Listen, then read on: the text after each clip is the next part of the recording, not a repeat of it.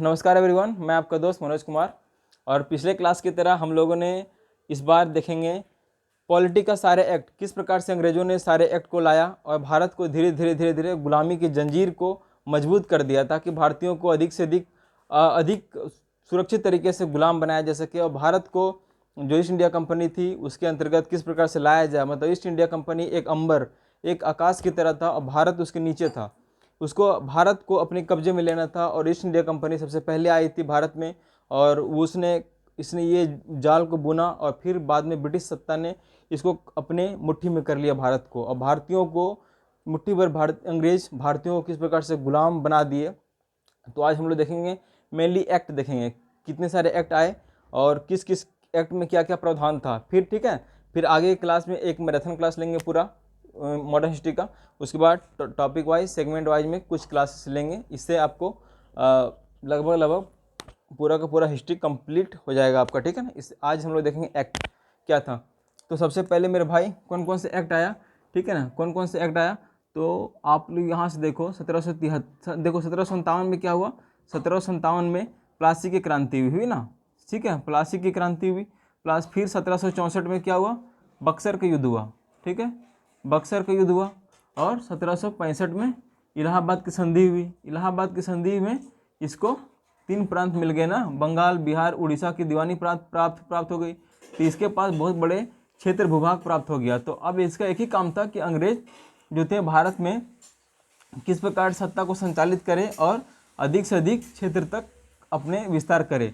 तो यहाँ तक आप लोग भूमिका मैंने बता दिया। 1757 में अंग्रेजों ने प्लासी के युद्ध में जीत लिया, फिर बंगाल, बिहार, उड़ीसा की दीवानी प्राप्त हो गई। 1764 में बक्सर की लड़ाई में यहाँ के जो शासक थे अवध के, बंगाल के, ठीक है, उसको हरा करके और एक बड़े प्रांत पर कब्जा कर लिया। फिर सारे एक्ट को लाया, ठीक है। और यहाँ पर ईस्ट इंडिया कंपनी जो थी, ईस्ट इंडिया कंपनी अपना 1600 में फैक्ट्री खोल 1600 में 1600 में अपना फैक्ट्री खोल चुकी थी वो 1602 में। तो अब इसका मेन मकसद था कि किस प्रकार से भारत को अपने कब्जे में लिया जाए। 1757 में देख रहे हैं कि 150 साल बाद यहाँ पर ये राजनीतिक सत्ता जमाई है। उसके बाद सारे एक्ट को लाएगी और मजबूती प्रदान करेगी अपने ब्रिटिश सत्ता को। तो हम लोग देखेंगे कौन कौन सा। हम लोग देखेंगे पहले 1757 की 1757 के बाद 1773 का पहला एक्ट देखेंगे। फिर 1784 का पहला एक्ट देखेंगे। फिर 1792 का एक्ट देखेंगे।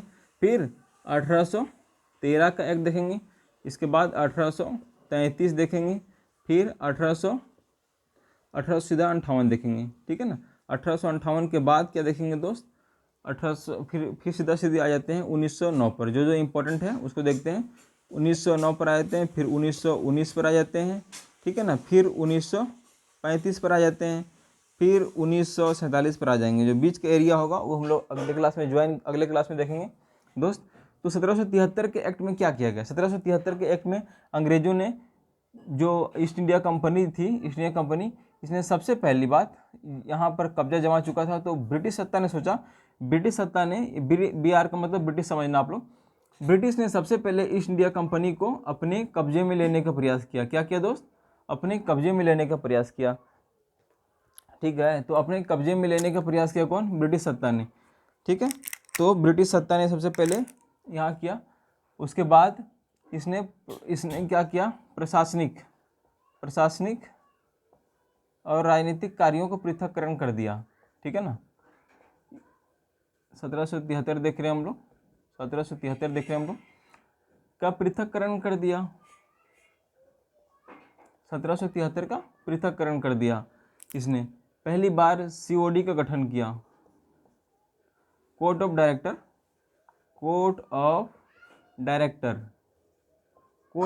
इसका क्या काम था, डायरेक्टर का मतलब ही समझ लेना कि व्यवसाय पर इसका नियंत्रण होना था, ठीक है ना, कि व्यवसाय पर इसका नियंत्रण करना था। उसके बाद 1773 में एक कलकत्ता में एक सुप्रीम कोर्ट की स्थापना किया। सुप्रीम कोर्ट की क्या किया दोस्त, सुप्रीम कोर्ट की स्थापना किया इसने, सुप्रीम कोर्ट की स्थापना किया। इसका पहला जो चीफ जस्टिस था, जो CJI था, चीफ जस्टिस इंडिया नहीं बोलेंगे, जो चीफ जस्टिस था ना, चीफ जस्टिस जो था वो कौन था, उसका नाम था दोस्त एलिजा इम्पे था। इसके साथ 3 लोग और आए थे, 3 सदस्य और आए थे, ठीक है ना, यह इंपॉर्टेंट नहीं है। तो आप लोग ये याद रखो कि कलकत्ता में पहले सुप्रीम कोर्ट की स्थापना हुई और चीफ एलिजा एम्पे जो था उसका पहला ये चीफ जस्टिस था, यहाँ का चीफ जस्टिस था। और इसमें कलकत्ता के अधीन, कलकत्ता के गवर्नर जनरल के अधीन, जी का मतलब लिखेंगे गवर्नर जनरल, ठीक है। आप लोग शॉर्ट में लिखना, नोट्स बनाना, शॉर्ट में बनाना आप लोग। कलकत्ता के गवर्नर जनरल के अधीन बम्बई और मद्रास, बम्बई और मद्रास को अधीन कर दिया गया। क्या किया दोस्त? अधीन कर दिया गया इसके। तो आप लोग इतना याद रखना। फिर हम लोग देखते हैं 1784 के एक्ट। 1784 के एक्ट में क्या था? 1784 के एक्ट में यहाँ पर COD लाए थे ना, यहाँ पर लगेगा BOC, बोर्ड ऑफ कंट्रोल। क्या लगा दोस्त? Board of control. एक कंट्रोल का क्या मतलब हुआ? कंट्रोल का मतलब वो राजनीतिक, वहाँ पर व्यवसायिक, वहाँ पर व्यापारिक कंट्रोल किया था ना, यहाँ पर राजनीतिक कंट्रोल कर लेगा, राजनीतिक नियंत्रण स्थापित कर लेगा, ठीक है ना। तो राजनीतिक नियंत्रण यहाँ पर स्थापित कर लिया ये। और इसमें सबसे पहली बात यहाँ पर क्या पूर्ण नियंत्रण कर लेगा। यहाँ पर जो ब्रिटिश होगी ना, यहाँ पर जो ब्रिटिश होगी वो ईस्ट इंडिया कंपनी को वो पूर्ण नियंत्रण में कर लेगा। और यहाँ पर क्या बोलेगा कि यहाँ पर जितना भी सिविलियन है, जो भी सिविलियन है या डिफेंस है, ठीक है, या फिर रेवेन्यू है, उसका पूरा जानकारी मुझे दो। ऐसा क्यों कर रहा है? क्योंकि ईस्ट इंडिया कंपनी एक व्यापारिक कंपनी है। यहाँ के कुछ लोग आए और यहाँ पर भारत में सत्ता जमा लिए। तो सोचो ब्रिटिश वहाँ पर मुख्य उत्तरदायित्व तो इसके लिए जो विश्व में हो रहा है, यहाँ पर भारत में इतना हिंसा फैलेगी, इतना लोग शोषण हो रहा है, दुनिया देख रही है, तो इसका जिम्मेवारी कौन लेगा? तो ब्रिटिश सरकार लेगी। इसीलिए ब्रिटिश सरकार ने अपने कब्जे में ले लिया इसे, ठीक है, कि जो भी कमाओगे मुझे दो। तो इसने दो देखा आपने। अब देख लो भाई 1792 में कुछ नहीं है इंपॉर्टेंटली, मेनली देखो इसमें क्या किया ना, बजट पर चर्चा करने के बाद किया गया। क्या किया दोस्त? बजट पर सबसे पहला चर्चा करने की बात कर दिया गया इसमें, कि बजट बनाने की बजट बनेगी और इसमें चर्चा भी होगा। तो आपने ये तीन देखा, तीन जो मेन पॉइंट था वही आप लोगों को बताया गया। तो इसको आप लोग, मैं मिटाता हूँ, आप इसे एक बार स्क्रीनशॉट ले लो, फिर आपने नोट्स बना लेना पतला पतला।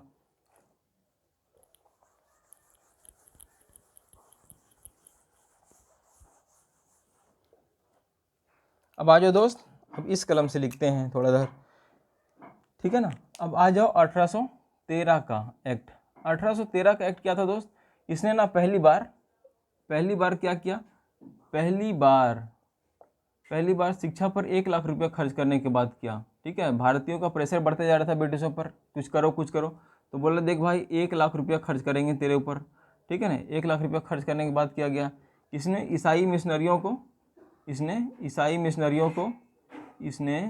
मिशनरियों को आज्ञा दे दी कि भाई ईसाई मिशनरी आए और अपना काम करे, ठीक है। क्यों? ताकि अधिक से अधिक धर्मांतरण हो सके और ब्रिटिश को अधिक से अधिक वैलिडिटी मिल सके कि देखो भाई इतना बड़ा क्रिश्चियनिटी आबादी है, तो ब्रिटिश का तो यहाँ पर बिल्कुल होना ही चाहिए। इसीलिए, और अधिक से अधिक बाजार क्रिएशन, उसका दिमाग का वास करना, धर्म से नज़रिया हटाकर खुद में सम्मिलित करना, इसे लाया ईसाई मिशनरी को। और इसका काम क्या था? 1813 में इसने 3 व्यवस्था लाया। उसके बाद जो ईस्ट इंडिया कंपनी थी ना, ईस्ट इंडिया कंपनी, इसका व्यापारिक एकाधिकार को समाप्त कर दिया गया। क्या किया दोस्त? व्यापारिक एकाधिकार को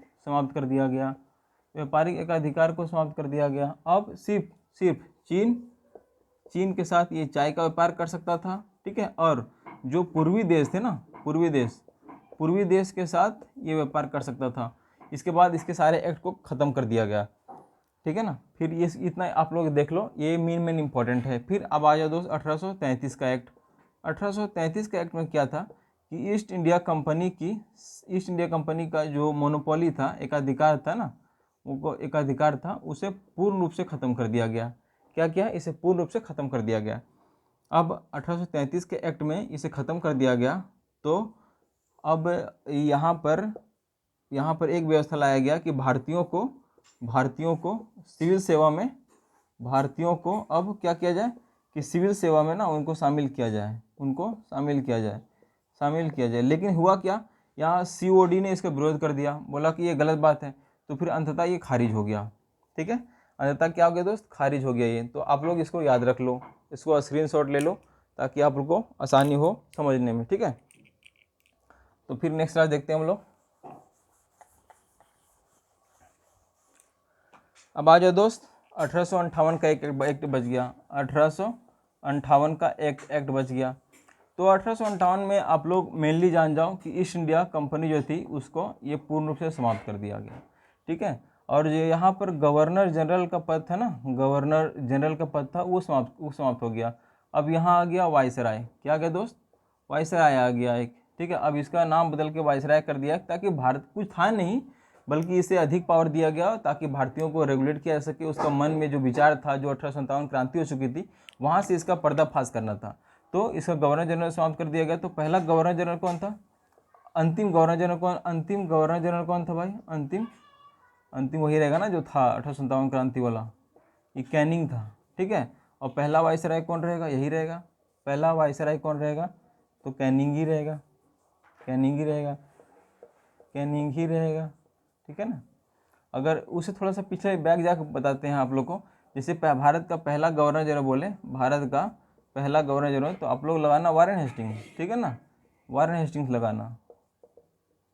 और भारत का भारत का पहले बोले तो ये पहला गवर्नर जनरल बोले तो वारेन हेस्टिंग्स लगाना। और भारत का बोले तो आप लोग जानते हो 1829 में विलियम बेंटिक समय कौन था?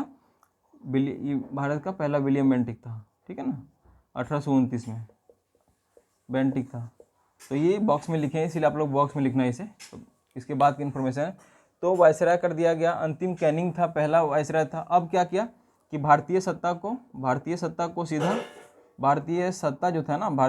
को सीधा क्राउन के हाथों में इसे भेज दिया गया। अब इसका हेड कौन होगा? सर्वेसर्वा क्राउन होगा। और एक भारतीय पद का सृजन किया गया,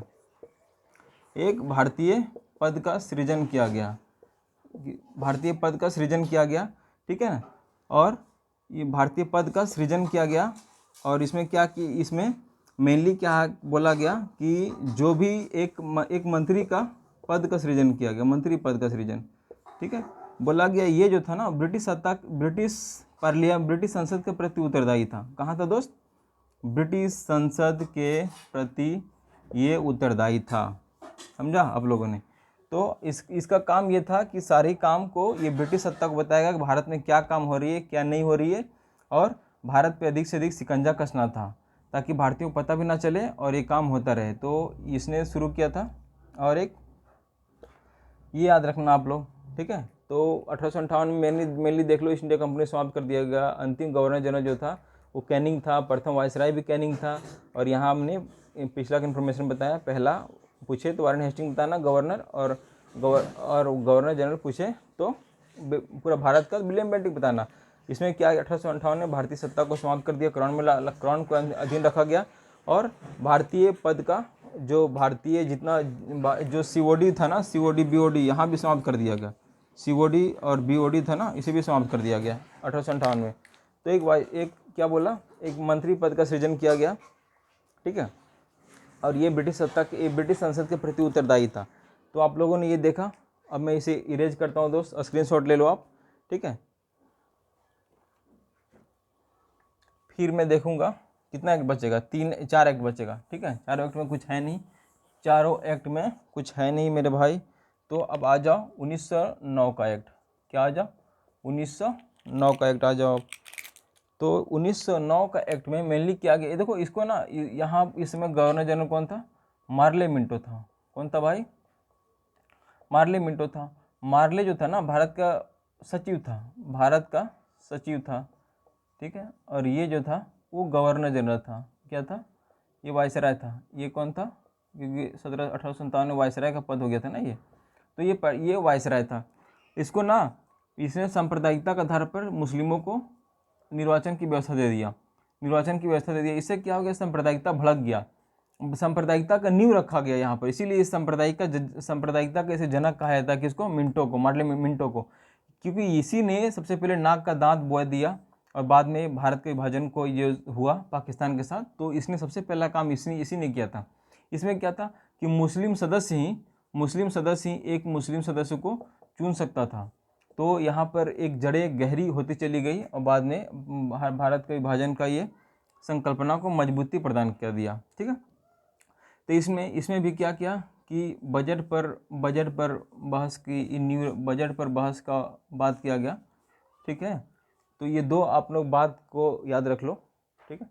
और फिर आप लोग देखते हैं 1919 क्या था दोस्त। देखो 1919 में ना, 1919 में मामला और पेचीदा हो गया, क्योंकि ब्रिटिश को लगा था कि फूट डालो और राज करो, क्योंकि यहाँ पर अधिक से अधिक राष्ट्रवाद का उदय हो रहा था, और राष्ट्रवाद का उदय हो रहा था तो ब्रिटिश को लग रहा था कि भाई अब सत्ता खतरे में पड़ सकती है मेरी। इसीलिए सबसे अधिक बात यह है कि भारतीयों को तोड़ने पर व्यवस्था करो। तो इसने क्या किया, ईसाई हो, ठीक है, ईसाई हो या फिर सिख हो, आंग्ल भारतीय हो, आंग्ल भारतीय हो या फिर यूरोपीय हो, इन सभी को अलग से पृथक निर्वाचन की व्यवस्था कर दिया। क्या किया दोस्त, पृथक निर्वाचन की व्यवस्था किया, पृथक निर्वाचन की व्यवस्था किया। इससे क्या होगा, पृथक निर्वाचन की व्यवस्था करने से अधिक भारतीयों के बीच आक्रोश की भावना फैल गई, ठीक है, कि इतने स्तर से अगर पृथक निर्वाचन दे दिया जाए, मतलब कि एक ईसाई को चुन सकता है, सिख को चुन सकता है, तो क्या होगा, अधिक से अधिक यहाँ पर टूटन आ जाएगी, ठीक है, और भारतीय टूट जाएंगे, फिर एक हो नहीं पाएंगे, तो ब्रिटिश की सत्ता में से चलते रह जाएगी। तो इसके आधार पर की व्यवस्था किया गया। फिर इसमें क्या बोला, इसमें सबसे पहली बात, महिलाओं को वोटिंग का अधिकार मिला कुछ ही लोगों को। तो ये क्वेश्चन भी आ जाए कि महिलाओं को सबसे पहले वोटिंग का अधिकार किस में दिया गया, तो 1919 में दिया गया था, ठीक है। इस अधिकार, इसको क्या बोला जाता है, मॉन्टेग्यू चेम्सफोर्ड, मॉन्टेग्यू क्या बोला जाता है दोस्त, मॉन्टेग्यू चेम्सफोर्ड एक्ट बोला जाता है। तो आप लोग इसको याद रख लो मेरे भाई। इसमें किस प्रकार से लोगों को तोड़ा और मॉन्टेग्यू चेम्सफोर्ड लाया गया, और इस एक्ट में ये जो था, ये भी एक तरह का सांप्रदायिक निर्वाचन की बात किया इसने भी, और आगे चल के और जड़ को गहरा करने का प्रयास किया जाएगा ब्रिटिश के द्वारा, ठीक है ना। तो इसे आप स्क्रीनशॉट ले लो।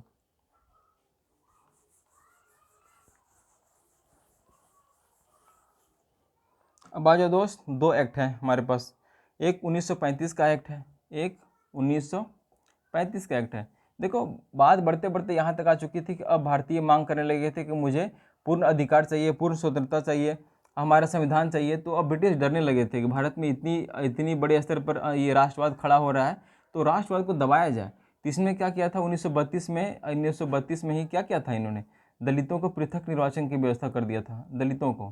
दलितों को पृथक निर्वाचन की व्यवस्था कर दिया था, जिसमें कि अंबेडकर जी सपोर्ट कर रहे थे कि अलग से निर्वाचन व्यवस्था मिलना चाहिए। इसमें क्या गांधी जी क्या कर रहे थे, गांधी जी इसका विरोध कर रहे थे। गांधी जी का अधिक चलता था पूरे देश में, और बी आर अम्बेडकर को झुकना पड़ा, गांधी जी को मानना पड़ा। लेकिन 1932 में जो तीनों जो राउंड कॉन्फ्रेंस हुआ था ब्रिटेन में, वहाँ अम्बेडकर जी तीनों में भाग लिए थे, जबकि गांधी ने सिर्फ दूसरे में भाग लिया था, तो 1932 की जड़ें यहाँ पर 1935 में आकर के क्या बोला, फिर से दलितों को दे दिया, ठीक है ना, दलितों को पृथक निर्वाचन दे दिया, और इस पर महिलाओं को भी दे दिया, बोला कि महिलाओं को भी दे दो यार, ठीक है, महिलाओं को भी दे दिया। तो फिर ये तो दे ही दिया, यहाँ पर इसमें भी भारत को डिवीजन करने का पूरा प्रयास किया गया, और इसमें बहुत सारे आर्टिकल लाए, लगभग 295 आर्टिकल का प्रावधान किया कि मिनी कॉन्स्टिट्यूशन बना दिया इसने, ठीक है, 10 शेड्यूल बना दिया इसने। क्या किया दोस्त, 10 शेड्यूल बना दिया इसमें, और मिनी कॉन्स्टिट्यूशन इसे बोला जाता है। ये बोला कि भारत को ना एक संघ बनाया जाए, भारत को एक संघ में तब्दील किया जाए, ठीक है। और इसमें क्या बोला कि द्विसदनात्मक व्यवस्था लाया था, किसमें, द्विसदनात्मक व्यवस्था लाया था 1935 के एक्ट में, 1935 के एक्ट में लाया था। और प्रांतीय स्वायत्ता कर दिया था। क्या किया था, प्रांतीय स्वायत्ता, कि जो प्रांतों में 1901, एक एक्स्ट्रा इन्फॉर्मेशन लिख लेना आप लोग बॉक्स में बना करके, 1919 का एक्ट जो था ना मॉन्टेग्यू चेम्सफोर्ड, इसमें क्या था, प्रांतों में द्वैध शासन लाया गया था। क्या लाया गया था दोस्त, प्रांतों में द्वैध शासन लाया गया था। उसे जाकर के ना 1935 के एक्ट में से हटा दिया गया, बोला कि अब इसे हटा देना चाहिए, और यहाँ पर केंद्र में लाया गया। केंद्र में क्या किया, केंद्र में द्विसदनात्मक व्यवस्था को लाया, और 1935 वाले एक्ट का 1935 में क्या था, प्रांतों में द्विसदनात्मक व्यवस्था था। इसीलिए 1900 अगर पूछ दिया जाए कि मतलब कि प्रांतों की स्वायत्ता का प्रावधान किस एक्ट में था, तो 1935 के एक्ट में लगाना, ठीक है ना। और केंद्र में द्वैध शासन व्यवस्था कब लाया गया, 1935 में। और इसमें क्या किया, इसमें एक संघ की बात की गई थी, और आरबीआई का गठन भी 1935 के एक्ट में हुआ, सुप्रीम कोर्ट का गठन भी 1935 के एक्ट में हुआ। एक संघीय राज्य बनाने की बात की गई थी, तो इसीलिए जब संविधान बना सबसे अधिक प्रभाव 1935 के एक्ट का था। सीधा 250 आर्टिकल यहाँ से उठाकर इंडियन कॉन्स्टिट्यूशन में रख दिया गया। तो अगर पूछा जाए एग्जामिनेशन में कि संविधान बनाने में सबसे अधिक किस एक्ट का महत्वपूर्ण भूमिका रहा, तो आप लोग याद रखना 1935 के एक्ट का था, 1935 के एक्ट का था। ठीक है, और इसमें आप लोग सारा कुछ याद रखना, चाहे दलित की बात हो, महिला की बात हो, इसमें महिला और 10% वोटिंग दे दिया गया। किसको? 10% वोटिंग दे दिया गया महिलाओं को, 10% वोटिंग दे दिया गया महिलाओं को। तो सबसे पहला वोटिंग कब मिला? 1919 में, और 10% महिलाओं को आरक्षण कब मिला? 1935 में। तो सारा कुछ याद रखना आप लोग, चाहे दलित हो, महिला हो, 295 आर्टिकल हो, 10 शेड्यूल हो, भारतीय संघ की बात हो, द्विसंघात्मक व्यवस्था, केंद्र प्रांतीय स्वायत्ता हो, और आरबीआई हो या सुप्रीम कोर्ट हो। ठीक है, आप लोग सारा कुछ याद रखना। फिर एक आ जाओ दोस्त 1947 में आ जाओ। 1947 में देखो, छोटा सा बॉक्स बताते हैं 1947 का एक्ट क्या था। 1947 में, ठीक है, 1947 में जब कैबिनेट मिशन 1946 वाला जब फेल कर गया, जब मुस्लिम लीग ने इसका विरोध किया, तो ये फेल कर गया। तो फिर 1947 में जब आया यहाँ पर कैबिनेट मिशन के बाद मॉन्टेग्यू यहाँ पर आया, माउंटबेटन योजना आया। ठीक है ना, माउंटबेटन योजना आया 1947 में। इसने क्या बोला? दो प्रांतों की बात किया, एक पाकिस्तान और दूसरा इंडिया। ठीक है, इसने बोला कि सिंध उत्तर पश्चिमी इलाका है, जो सिंध के एरिया है, पूर्वी बंगाल और पूर्वी पंजाब, सिंध और असम का जो सिलहट जिला था, उन सभी को बोला कि आप जहां मिलना चाहें वहां मिल सकते हैं, और ये दो प्रांत बनेगा, एक भारत और पाकिस्तान, और जिसको जहां मिलना है वो मिल सकते हैं, और देसी रियासतों को भारत में शामिल कर दिया गया। ठीक है, और जो 3 बच गया था, जूनागढ़, कश्मीर, हैदराबाद, उसे बाद में भारत में मर्ज कर लिया गया। ठीक है, जैसे कि कश्मीर का मर्ज कर दिया गया, और हैदराबाद में ऑपरेशन चलाया गया, जूनागढ़ का जन्म संग्रह कर दिया गया। ठीक है, इस प्रकार से सारे एक्ट में हम लोगों ने देखा, और स्क्रीनशॉट ले लो आप, और अपने कॉपी में इसे नोट कर लो यार, ताकि आप अधिक से अधिक रिवीजन कर सको। और जैसे मैंने बताया, छोटे छोटे पॉइंट में, इसी तरह पॉइंट में लिख लो, कोई बड़ा ढांचा मत तैयार करो। ठीक है, अच्छा लगे तो चैनल को जरूर सब्सक्राइब करें और शेयर करें, मैं पूरा पढ़ाऊँगा। All the best, thank you.